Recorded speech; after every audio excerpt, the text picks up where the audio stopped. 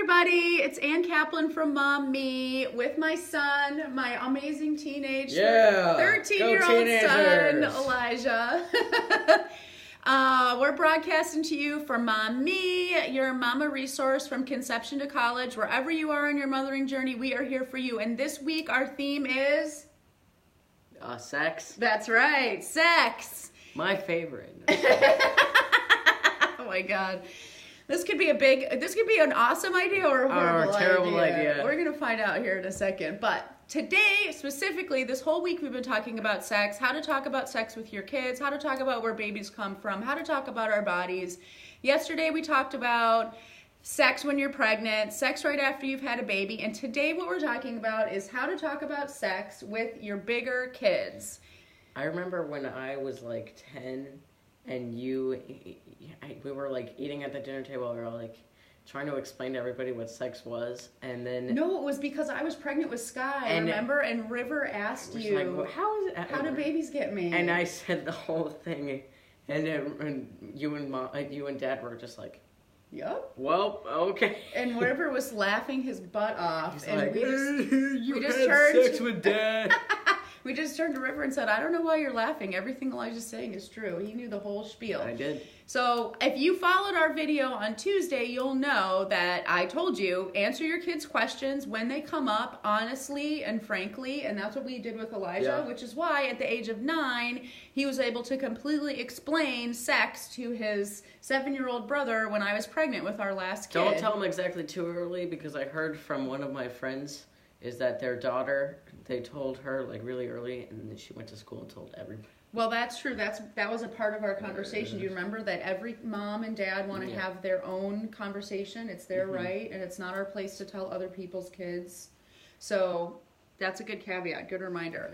But today I want to talk to you guys about how to talk to your big kids about sex. So, for me, what does it mean talking to your big kids? There's a line, I feel like, and every kid crosses it at a different time. But, when kids are younger and you're talking about sex with them, what you're really talking about is anatomy. You're really answering questions about how does it work? Where do babies come from? Stuff like that. But there's a line, a developmental line that happens with our kids just naturally as they get older, where they start thinking about sex as more than just an anatomy lesson.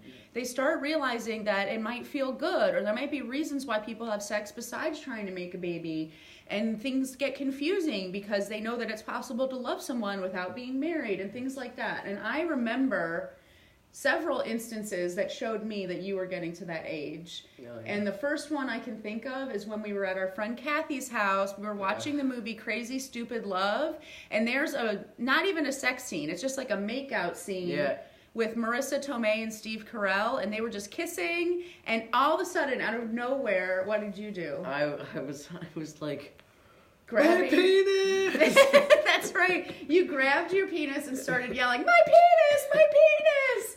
And so we had to stop the movie, and we had a conversation saying, it's okay, nothing bad's happening. That just means that you're excited. The same thing happened to Sky. He was just like, my penis, it hurts. Right. But to me, that difference, that line that we're talking about is kids get, especially boys get erections all the time, even when they're babies. And it doesn't mean anything sexual or emotional. It just is an anatomical reaction. Yeah. But there is a line crossed, and it was very clear to me when that happened with you, when you're having an erection because something is exciting to you. You're having an emotional or physical or, arousal or excitement response to something outside of yourself. It's not just because, for whatever reason, randomly you got an erection. And those are really good signs to pay attention to, you guys. When your kids start asking you questions that are about sex, but not just about the mechanics of sex, when your kids start showing signs that things are exciting to them in a sexual way, those are signs that your kids are ready to have a more nuanced conversation about sex, and it's really, really important to maintain all the stuff we talked about on Tuesday, keeping the door open, answering questions honestly, being frank, and answering their question, and not a whole lot more unless they're asking more questions.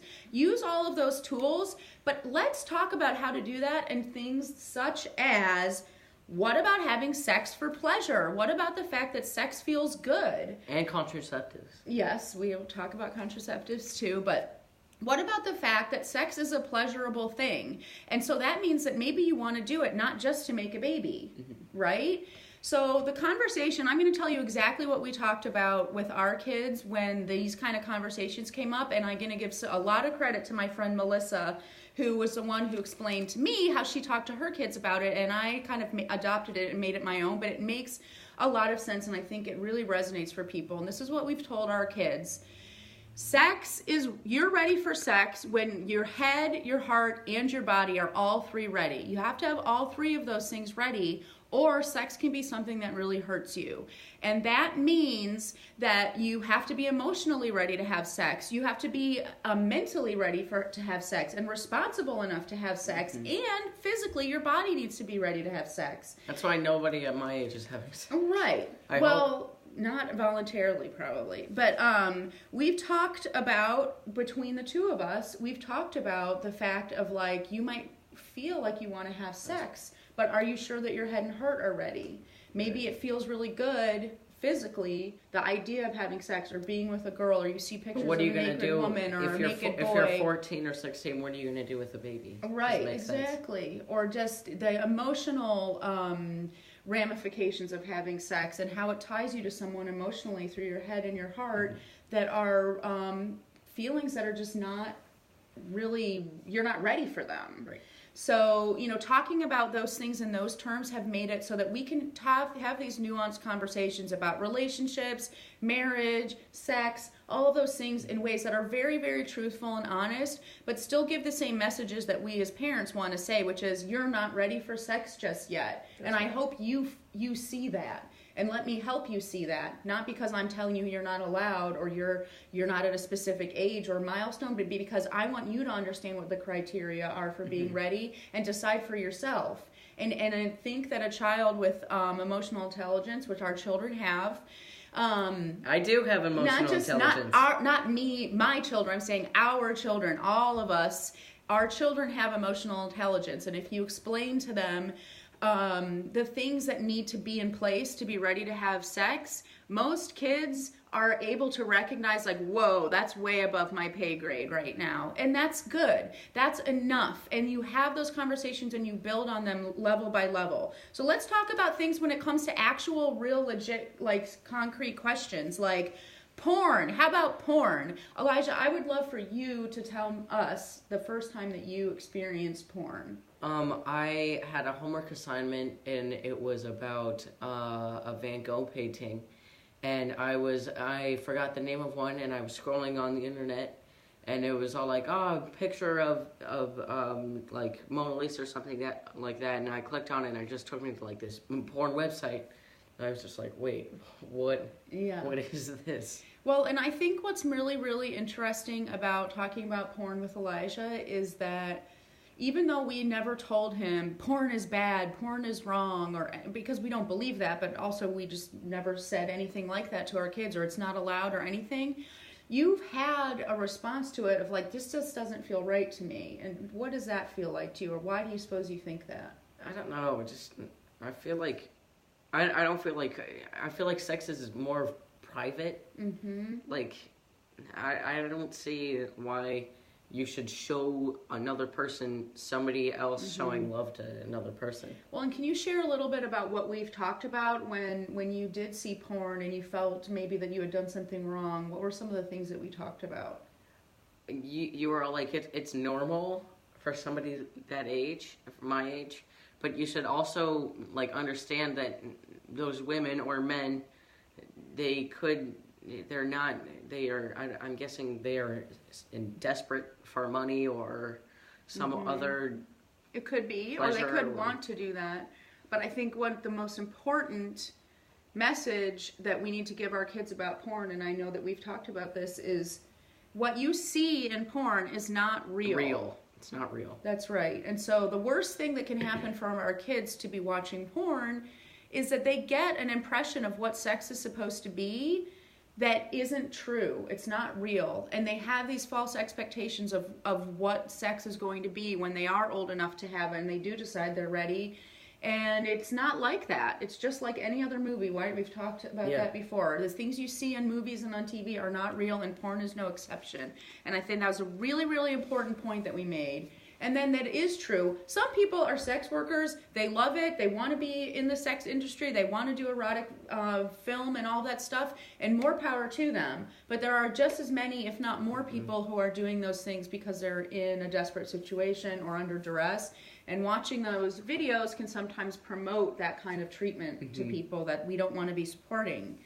But I think it's really important to talk to your kids about porn because they're definitely going to see it, you guys. You can have every parental control you want on your computer, anything like that. There's a million gajillion ways that your kids are going to have access to porn, and it's for sure going to happen. So instead of putting our efforts into avoiding porn or making it impossible for our kids to see porn, have an honest, intelligent, mature conversation with your kids about porn, because there's no way to make it so that they can't see it. So also, I'd like to say, even though you could try to do that, I don't feel like porn is a bad thing. No, it's not. I totally agree with you, Elijah.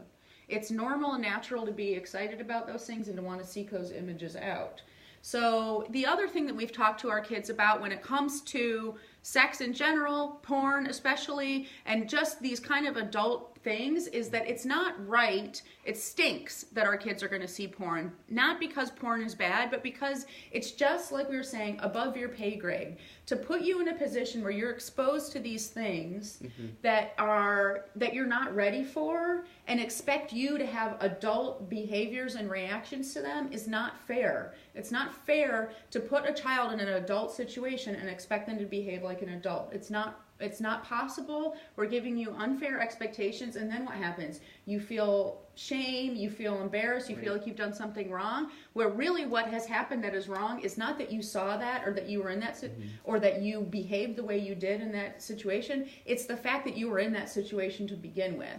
But unfortunately, there's not a whole lot we can do to protect our kids from that. So the best thing we can do is prepare them to handle it. And I have to say that I'm really, really proud of the way you've handled it with open honesty. He's like, oh, I'm going to get some rewards from this. No. Open and honesty, responsibility, ethical behavior. You have a moral compass. Those are the things that I want for you. I don't care if you masturbate all day long until the cows come home and all that stuff. That's normal and natural, and I don't have a dog in the race of what you do. I have a dog in the race of who you are and how you are. And you are doing great in that department. I hope so. Let's talk about one more thing that I think is really important, which is consent. What does that mean to you when I say consent? This is a new conversation, you guys. You guys are witnessing firsthand. I don't know what consent means. Do you know what it means if someone gives consent to do something? Oh, like almost like permission? That's exactly right. So why do you think it's important to talk about consent when you're talking about sex? Well, honestly, I don't know. I personally don't know, but like you haven't had personal experience? But I feel like in terms of sex, it means like you kind of need to ask your partner if they want to do what you want to do, because if you do that and they're not, like you said, full into it, like mind, body, all that, there could be like effects, but in the wrong direction. That's right. And you could be hurting that person and you don't even realize it. Right. I think that's really powerful. And the fact that you said that to me without me kind of saying, what do you think? Don't you know? Yeah, exactly. So it's so important to talk to your kids about consent, you guys. We think that it's maybe goes without saying, or that our kids, only monsters don't get consent. But there's probably been times in your life where you've been in a situation where even if you thought you got consent, you really weren't super clear about it. Or there's ways to teach your kids consent even when they're tiny, tiny babies. And we've talked about that on Tuesday, about letting your kids be the boss of their body, teaching them all the time no means no. Like if we're having a tickle festival, the second somebody says no, you stop. Those are things that teach our kids from the very, very beginning the foundation of I'm the boss of my body and I get to say who, when, how, blah, blah, blah. Right. And then fast forward to this teenage years, your kid is able to come up with on his own, what does consent mean? What do I need to do when I'm with my partner? I need to make sure that we're both all in and all that stuff. That's really, really powerful. And the last thing I want to talk about is masturbation. So your kids are going to be masturbating. That's totally normal also. And what have we talked about when it comes to masturbating? You've talked about, like, once again, it's normal. Mm-hmm. But, like, almost, like, limit. Limit what? Like, limit it, I guess. I don't know. Well, I don't think limit it, but just... Not limit, but, like... You need to be in privacy. Yeah, privacy. Like, don't show you... You don't want to be around other... Right. Well, and that can be a little bit tricky when you share a bedroom, huh? Share a bedroom with somebody else. Yeah, that's too bad. We're 6 people living in a 3-bedroom apartment, so everyone's in each other's business. But that doesn't change the fact that my masturbation is for private time. Yeah. And we've said that since we were little. What do I say to kids in our house when they're playing with themselves outside of their bedrooms? It's like, that is for the bathroom or in privacy. We say penises are for private time or vaginas are for private time. Yeah, so you gotta keep it private. Private, exactly. But is masturbation wrong? I don't think so. No. And is it bad for you? I don't think so. No, of course not. It's not. It's totally normal and natural. So don't be surprised if you guys start finding some crusty socks in your kids' bedrooms. And don't be surprised at how early this stuff starts. Elijah started noticing girls and getting erections that were more than just random physiology when he was very young. He was only 9 years old. And I remember being like, OMG, I am not ready for this. But I feel like it's because I knew what sex was earlier than most people. Well, I think it's just hormones, babe. I mean, you knowing about sex sooner than your peers doesn't mean that you start growing pubic hair sooner than them. And that's what happened. Like, Elijah just started going through puberty a little bit earlier than some of his friends. And so we had to navigate this stuff sooner than I expected. But just be ready. Pay attention to the signs. Don't be looking at the calendar and saying, well, he's only 9. This can't be possible. I'm not ready to talk about this yet. Well, too bad, you guys. Be prepared to have an adult, honest, nuanced conversation with your kids about sex and teach them the things that are the fundamental values, not rules, not laws, not don't do this, yes, do that, you can't do this, you can do that, this age, this time, blah, blah, blah. Take it deeper. Go deeper with your conversation to what is the message I want my child to have? Who do I want him to grow up to be or her to grow up to be? And how do I want her or him to feel about sex, about their body, about their partners, about all of that stuff? That's right. If you're coming at your conversation from that perspective, you're going to be so much more effective. And you're going to be able to show up in a really genuine way where it's not uncomfortable for us to talk about this stuff at all. And I promise you guys... It depends on the subject. Yes, exactly. But anyone who's wondering, I talked with Elijah before this video. I got his permission to ask him all the questions that I asked him. Consent. And consent, exactly. Very good. And we talked about what do you feel comfortable with, what do you not feel comfortable with. So what I'm demonstrating here, hopefully to you guys, is consent, like you say. But also the fact that if you treat your kids at the level that they're prepared to absorb, which is probably more than what you think, you are going to be able to have the kind of dynamic and relationship with your kids where you can talk about this stuff without any awkwardness or discomfort. And I feel so, so proud that even at the age of 13, I have a teenager who is capable to come to me and talk to me about his intimate stuff without any shyness or weirdness. And that might change over time. Everyone becomes more private, I suppose, as they get older, and that might happen to you and it might not, but you know that you can always come to me anytime and we can talk about anything. Yeah, I hope that's helpful for you guys. Thank you, Elijah, for being my guinea pig. Yeah, you're the best. I'm always a guinea pig. Yeah, that's right. And I hope that you guys have enjoyed our sex topic this week. Next week, we are completely turning the tables. We are going to be talking about anxiety because I wish I could tell you how many of my clients struggle with anxiety. It's for realsies. So we're going to be talking about anxiety. We're going to be talking about how to be bosses over our bodies, our minds, our families, our lives as moms, and that's what Mom Me is all about. And don't forget that if you know any pregnant people out there, share the event with them that's coming up on March 4th. An awesome virtual seminar I'm giving that is all about making your birth plan your own, without fear, without anxiety, without judgment, without anybody pressuring you. So don't forget to share that event out there. I'll put a link in the comments below. And thanks, you guys. Have an amazing week. Yeah. Bye.